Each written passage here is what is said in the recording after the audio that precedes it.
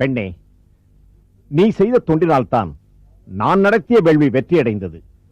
உனது பணிவிடைகளைக் கண்டு நான் மிகவும் மகிழ்ச்சி அடைந்தேன்.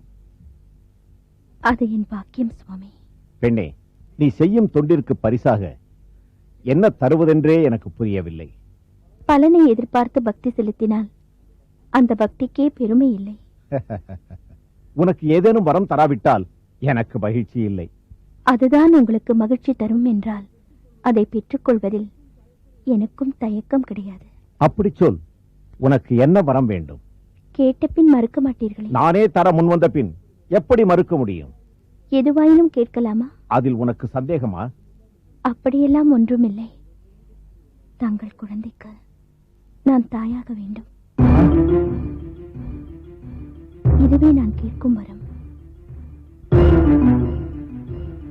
நீ கேட்பது என்னவென்று புரிந்துதான் கேட்கிறாயா?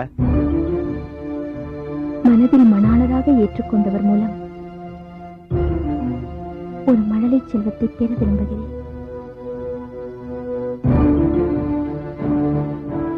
ஆனால் என்று மறுத்தால் தாங்கள் வரம் தர ஒப்புக்கொண்டதே பொய்யாகிவிடுமே. இல்லை இல்லை, மாகத முனிவரின் வாக்கு ஒருபோதும் பொய்யாக கூடாது.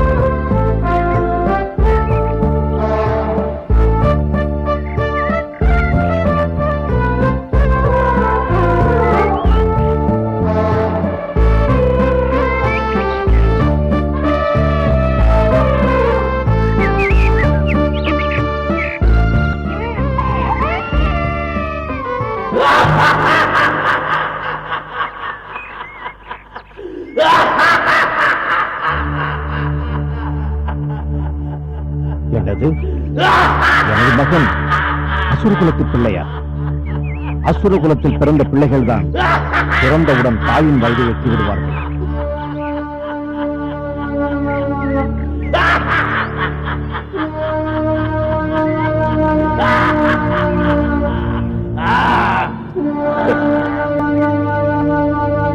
தாயே ஆசீர் புரியுங்கள், தந்தையே அருள் புரியுங்கள். குழந்தாய், நாங்கள் இருவரும் யானைகளாகி இணைந்து தோன்றியதால் நீ திரும்பிய போது யானை முகத்துடன் விளங்கி கஜமுகாசுரன் என பெயர் பெறுவாயாக.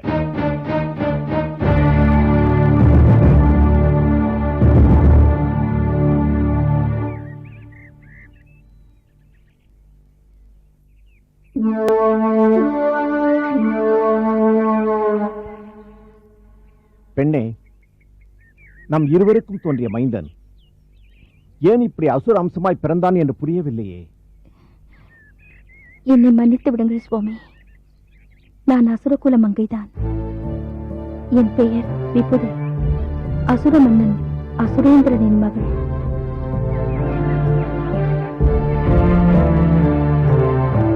தங்களிடம் பிள்ளை பெற வேண்டிய வேளை, ராட்சத வேளை.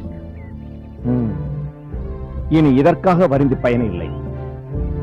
தரமறியாமல் வரம் தர முனைவது கூட எவ்வளவு தவறு என்பதை உன் மூலம் புரிந்து கொண்டேன். ஒரு அசுர மைந்தரை என் மூலம் பெறுவதற்காகவே நீ இங்கு வந்தாய் என்பதை உணர்ந்து கொண்டேன்.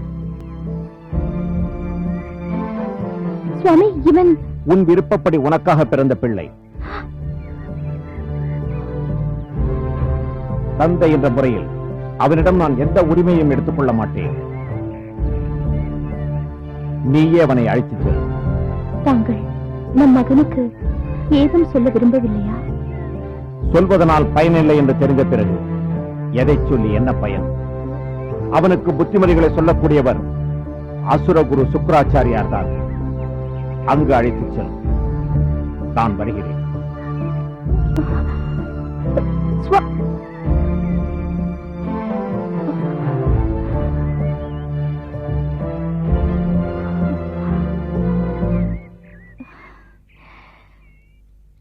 மைந்தா, தாயே, உன் தந்தையார் சரியாகத்தான் சொன்னார்.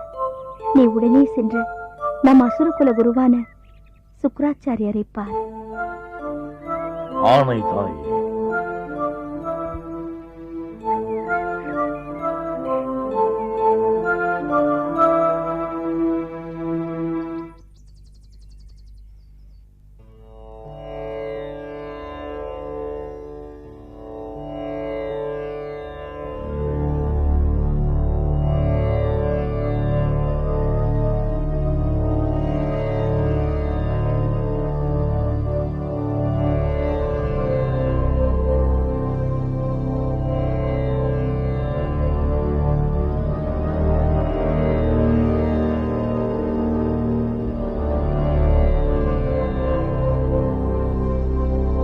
வாழ்க எங்கள் குருநாதர், வாழ்க அசுரகுலத்தை வாழ்விற்கும் எங்கள் சுக்கராச்சாரியார்.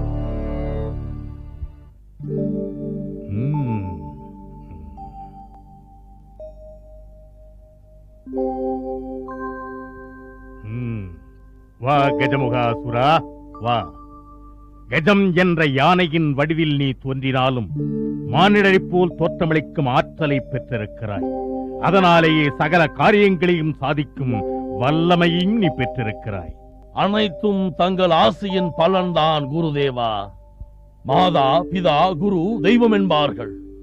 என் மாதா சுட்டி காட்டிய குரு தாங்கள் என்பதால் குருவே தெய்வம் என்ற வாக்கின்படி தங்களையே தெய்வமாகவும் ஏற்றுக்கொண்டேன். ஆஹா, கஜமுகாசுரா, எண்ணற்ற அசுரகுல சக்கரவர்த்திகளை நான் கண்டிருக்கிறேன். என் எண்ணத்திற்கு மாறாக செயல்பட்டால் அவர்கள் கண்ணில் படாமல் மறைந்தும் சென்றிருக்கிறேன். ஆனால் நீயோ தோன்றும் போதே குருபக்தி என்னும் கவசத்தை அணிந்து வந்திருக்கிறாய். குருதேவா, தங்களது விருப்பங்களை நிறைவேற்றவே நான் உருவாக்கப்பட்டிருக்கிறேன் என்பதை நான் நன்றாகவே அறிவேன். அதனால்தான் எனது தாயும் தங்கள் ஆசியை பெற்று வர வேண்டும் என்று என்னை அனுப்பி வைத்தார். என்னுடைய பரிபூர்ண ஆசிகள் உனக்கு என்றென்றும் உண்டு.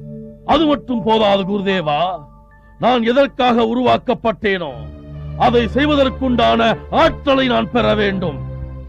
அதை பெறுவதற்குண்டான மார்க்கத்தை நீங்கள் தான் எனக்கு சுட்டிக்காட்ட வேண்டும். பலே, தலைவனாக வேண்டுமென்று ஆசைப்பட்டால் மட்டும் போதாது, அதற்குரிய தகுதியையும் பெற வேண்டும் என்பதை நீ நன்றாக உணர்ந்திருக்கிறாய்.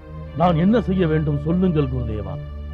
இன்றே நீ கானகம் செல்ல வேண்டும். தனிமையில் படைப்பு கடவுளான பிரம்மதேவனை நினைத்து நீ தவம் புரிய வேண்டும். ஓம் பிரம்மதேவாய நமக என்று நீ உச்சரிக்கும் மந்திரம் அந்த நான்முகனின் 8 செவிகளிலும் மோதி எண் திசைகளிலும் எதிரொலிக்க வேண்டும். நான் அவ்வாறே செய்கிறேன். எனது தவாக்கினியால் அவர் அமர்ந்திருக்கும் தாமரை மலரே ததிக்கும்படி செய்கிறேன். நான் மறைகளையும் திருமுகங்களாக கொண்டிருக்கும் அவர், நான் மறை ஓதுவதை கேட்டு அவரை ஓடி வரச் செய்கிறேன். அப்படி சொல் கஜமுகாசுரா. ஒரு செயலில் இறங்குபவனுக்கு முதலில் அதன் வெற்றியில் நம்பிக்கை இருக்க வேண்டும். அதை செய்வதற்குரிய மன உறுதி வேண்டும். இவை இரண்டும் உன்னிடம் நிறைந்து இருக்கிறது. நீ உனது தவத்தில் வெற்றி பெறுவாய் என்பதில் எனக்கு எந்தவித சந்தேகம் இல்லை. ஆனால் என்பதே சந்தேகத்திற்குரிய சொல்லாயிற்றே குருதேவா. தாங்கள் அதை என் விஷயத்தில் ஏன் உச்சரிக்கிறீர் என்றுதான் எனக்கு வியப்பாக இருக்கிறது. எனது சந்தேகம் செய்ய போகும் தவத்தை பற்றியதல்ல கஜமுகா, நீ கேட்கப் போகும் வரத்தை பற்றியது.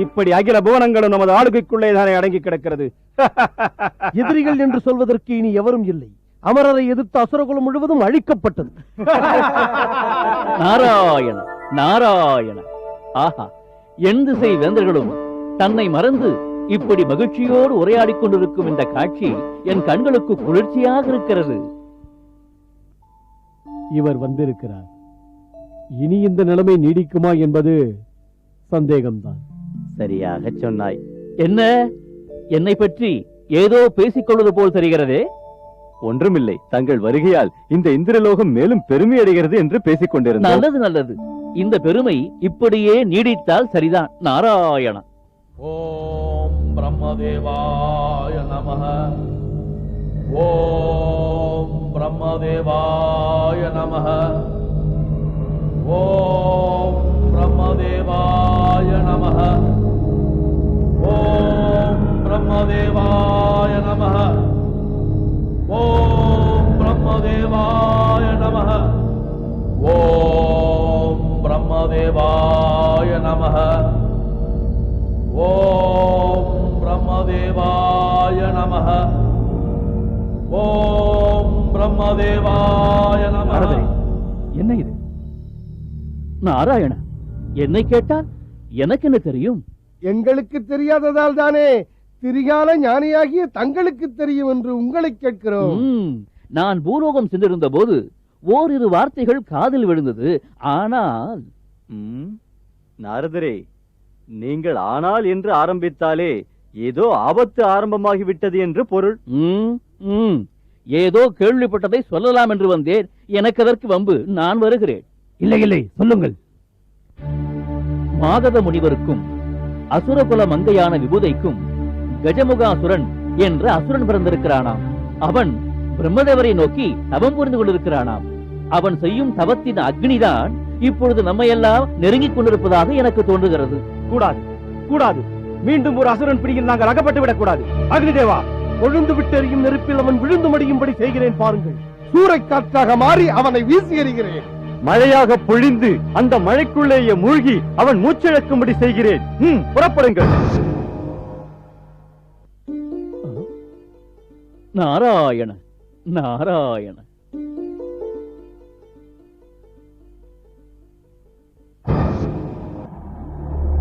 ஓம் பிரம்மதேவாய நமः. ஓம் பிரம்மதேவாய நமः. அவன்தான் கஜமுகாசுரன். எப்படி கடுமையாக தவம் புரிகிறான் பாருங்கள். ஓம் பிரம்மதேவாய நமः. உண்மைதான். ஆனால் இனியும் இந்த தவத்தை தொடரவிடக் கூடாது. உடனே சென்று நாம் அதை தடுத்தாக வேண்டும். வாருங்கள். இவன் ஒருவன் தவத்தை கெடுப்பதற்கு நாம் 3 பேர் எதற்கு? இந்த வருணன் உண்டாக்கும் பெருமழையே அவனை மூழ்கடித்து விடாதா? அவன் தண்ணீரில் மூழ்கும் காட்சியை கண்ணார கண்டு கழியுங்கள். கை சொடுக்கும் நேரத்தில் இவன் கதையை முடித்து விடுகிறேன். பாருங்கள்.